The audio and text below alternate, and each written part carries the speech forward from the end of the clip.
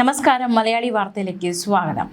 UDF സർക്കാർ അധികാരമേറ്റതിന് തൊട്ട് പിന്നാലെ കഴിഞ്ഞ ദിവസം നമ്മളെല്ലാം നടുക്കിയ ഒരു സംഭവമായിരുന്നു കുടിയൊഴിപ്പിക്കൽ.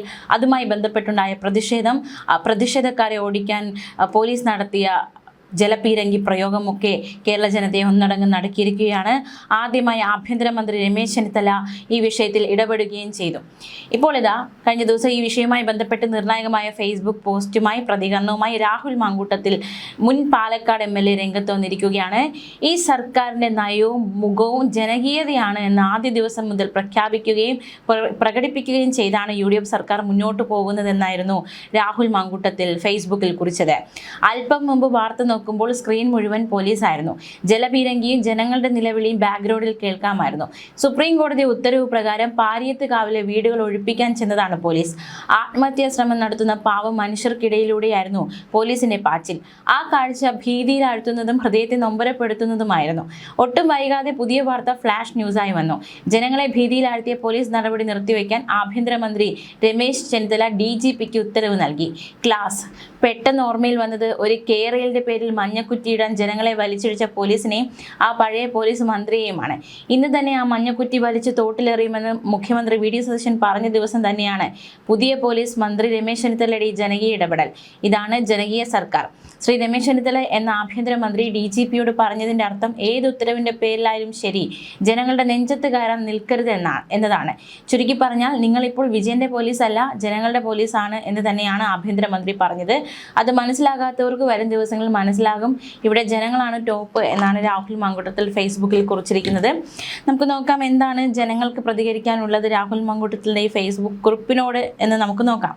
വിജയന്റെ പോലീസിനെ പേടിച്ച് സത്യമംഗലം കാട്ടിൽ പോയി ഒളിച്ചിരുന്നവനല്ലേ നീ എന്നാണ് ഒരാൾ കമന്റിലൂടെ ചോദിക്കുന്നത്.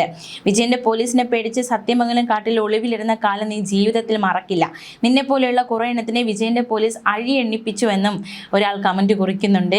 മറ്റൊരു വ്യക്തി കുറിക്കുന്നത് ഇപ്രകാരമാണ്: മിസ്റ്റർ രാഹുൽ മാങ്കൂട്ടത്തിലെ രാത്രി സമയത്ത് ഹോട്ടലിൽ നിന്ന് പോലീസ് കൊണ്ടുപോയ ആ രംഗം ഇന്നും കേരളത്തിലെ സാധാരണ ജനങ്ങളുടെ മനസ്സിൽ വലിയൊരു വിങ്ങലായി തന്നെ നിൽക്കുകയാണ്. അന്ന് ആ ദൃശ്യങ്ങൾ കണ്ടപ്പോൾ പലർക്കും അതൊരു രാഷ്ട്രീയ പ്രതികാരവും അധികാരത്തിന്റെ ദുരുപയോഗവും പോലെ തോന്നി. ആ സംഭവത്തിന് ശേഷമാണ് നിരവധി സാധാരണ ജനങ്ങൾ അന്നത്തെ സർക്കാരിനെയും പോലീസിനെയും കൂടുതൽ വെറുക്കാനും ചോദ്യം ചെയ്യാനും തുടങ്ങിയത്. പക്ഷേ ഇന്ന് ജനങ്ങൾ സത്യം കൂടുതൽ മനസ്സിലാക്കുന്നുണ്ട്. ഒരാളെ തകർക്കാൻ ശ്രമിച്ച പല കാര്യങ്ങളോടും അദ്ദേഹത്തിന് കൂടുതൽ ജനപിന്തുണ കിട്ടാൻ കാരണമായി മാറി. അതുകൊണ്ട് തന്നെ ശ്രീ രാഹുൽ മാങ്കൂട്ടത്തിൽ എത്രയും വേഗം കോൺഗ്രസ് ശക്തമായി തിരിച്ചെടുത്ത് അർഹമായ നല്ലൊരു സ്ഥാനം നൽകേണ്ട സമയം അതിക്രമിച്ചിരിക്കുകയാണ്. ഇതാണ് ജനങ്ങൾ ആഗ്രഹിച്ച മാറ്റം എന്നാണ് വേറൊരു വ്യക്തി കുറിച്ചിരിക്കുന്നത്. മറ്റൊരാൾ കമന്റ് കുറിക്കുന്നത്: വിജയന്റെ പോലീസിനെ പേടിച്ച് പല സ്ഥലത്ത് ഒളിവിൽ കഴിഞ്ഞു. പക്ഷെ ഒരിക്കൽ വിജയന്റെ പോലീസ് നമ്മുടെ ചെക്കനെ പൊക്കി. അതിന്റെ ദേഷ്യം ഇത്തിരിയുണ്ട്, ആരും കാര്യമാക്കേണ്ട എന്ന് വേറൊരാൾ കുറിച്ചിരിക്കുകയാണ്. വിജയന്റെ പോലീസിനെ പേടിച്ച് നീ ഓടിയ ഓട്ടം ഒളിമ്പിക്സിൽ ഉസൈൻ ബോൾട്ട് പോലും ഓടിയിട്ടില്ല മാങ്കൂട്ടമെന്ന് മറ്റൊരാൾ പരിഹസിക്കുന്നുണ്ട്.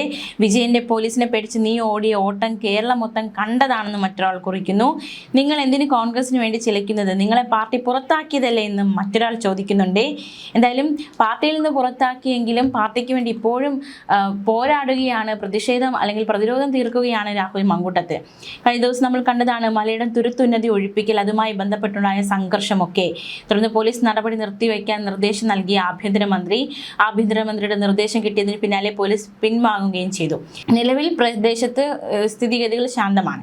അഭിഭാഷക കമ്മീഷൻ എത്തിയപ്പോഴാണ് പ്രതിഷേധം ശക്തമായത്. തുടർന്ന് പോലീസ് ഇടപെട്ടതോടെ സ്ഥലത്ത് സംഘർഷാവസ്ഥ രൂപപ്പെട്ടു. തുടർന്ന് മന്ത്രിയുടെ നിർദ്ദേശമുണ്ടായി പോലീസ് പിൻവാങ്ങി. മലയൻ തുരുത്തിൽ നടക്കുന്നത് കർണാടക മോഡൽ ഒഴിപ്പിക്കൽ എന്ന വിമർശനവുമായി CPM സംസ്ഥാന സെക്രട്ടറി MV ഗോവിന്ദൻ രംഗത്തെത്തി. പാവപ്പെട്ടവർക്ക് നേരെയാണ് പോലീസ് അതിക്രമം ഉണ്ടായത്. ബംഗളൂരിനടുത്ത് നടന്നതുപോലെ വലിയ കടന്നുകയറ്റമാണ് എറണാകുളത്ത് നടന്നത്. ജനങ്ങൾ ശക്തമായി പ്രതിരോധിക്കുമെന്നും ജനകീയ പ്രക്ഷോഭമായി മുന്നോട്ട് വരുമെന്നും MV ഗോവിന്ദൻ വ്യക്തമാക്കി. എറണാകുളത്തെ കുടിയൊഴിപ്പിക്കൽ പ്രതിഷേധാർഹമാണെന്ന് CPM നേതാവ് MV ജയരാജനും പറഞ്ഞു. സ്ത്രീകളെ പോലും പോലീസ് മർദ്ദിച്ചു. സർക്കാർ അധികാരത്തിലെത്തി 3 ദിവസമാകുമ്പോഴാണ് ഈ ക്രൂരത. UDFന്റെ പോലീസ് നയം വ്യക്തമാണെന്നും അദ്ദേഹം പറഞ്ഞു. 7 പട്ടികജാതി കുടുംബങ്ങളാണ് കുടിയൊഴിപ്പിക്കൽ ഭീഷണിയിലുള്ളത്. സ്വകാര്യ വ്യക്തിയുമായി ബന്ധപ്പെട്ട ഏതാണ്ട് 60 വർഷത്തോളം പഴക്കമുള്ള ഭൂമി തർക്ക കേസിൽ 4 വർഷം മുമ്പാണ് സുപ്രീം കോടതി വിധി പുറപ്പെടുവിച്ചത്. കോടതി ഉത്തരവ് പ്രകാരം 2 ഏക്കർ 65 സെന്റ് ഭൂമി അളന്ന് ഏറ്റെടുക്കുന്നത് വാങ്ങുന്നതിനായി സുപ്രീം കോടതി നിയോഗിച്ച അഭിഭാഷക കമ്മീഷൻ സ്ഥലത്തെത്തിയപ്പോഴാണ് കഴിഞ്ഞ ദിവസം പ്രതിഷേധം ശക്തമായത്. തുടർന്ന് പോലീസിന്റെ സഹായത്തോടെ അഭിഭാഷക കമ്മീഷൻ ബലം പ്രയോഗിച്ച് കുടിയൊഴിപ്പിക്കൽ നടപടികളുമായി മുന്നോട്ട് പോവുകയായിരുന്നു. 15ാമത്തെ തവണയാണ് അധികൃതർ കുടിയൊഴിപ്പിക്കൽ നടപടികൾക്കായി ഇവിടെ എത്തുന്നത്. കുടിയൊഴിപ്പിക്കൽ നടപടികൾക്കായി അഡ്വക്കേറ്റ് കമ്മീഷനൊപ്പം 150-ലധികം പോലീസുകാരും JCB ആംബുലൻസ് സംവിധാനങ്ങളുമാണ് സ്ഥലത്തെത്തിയത്. എന്നാൽ തങ്ങൾക്ക് സർക്കാർ ബദൽ സംവിധാനങ്ങളൊന്നും തന്നെ ഒരുക്കി നൽകിയിട്ടില്ലെന്നും ഒരു കാരണവശാൽ ഇവിടെ നിന്ന് ഒഴിഞ്ഞു പോകില്ലെന്നുമാണ് പ്രദേശവാസികളുടെ നിലപാട്. CPM-ന്റെ നേതൃത്വത്തിൽ കോളനിയുടെ പ്രവേശന കവാടത്തിൽ പന്തൽ കെട്ടി ശക്തമായ പ്രതിരോധമാണ് സമരക്കാർ തീർത്തത്. പോലീസിനെയോ മറ്റുദ്യോഗസ്ഥരെയോ കോളനിക്കുള്ളിലേക്ക് പ്രവേശിപ്പിക്കാൻ പ്രതിഷേധക്കാർ അനുവദിച്ചില്ല. എന്തായാലും പ്രതിഷേധം വലിയ രീതിയിൽ മണിക്കൂറുകളോളം നീണ്ടു നിന്നിരുന്നു. പ്രതിഷേധത്തെ തുടർന്ന് പോലീസ് ജലപീരങ്കി പ്രയോഗിക്കുകയും സമരക്കാരെ അറസ്റ്റ് ചെയ്ത് നീക്കുകയും ചെയ്തിരുന്നു.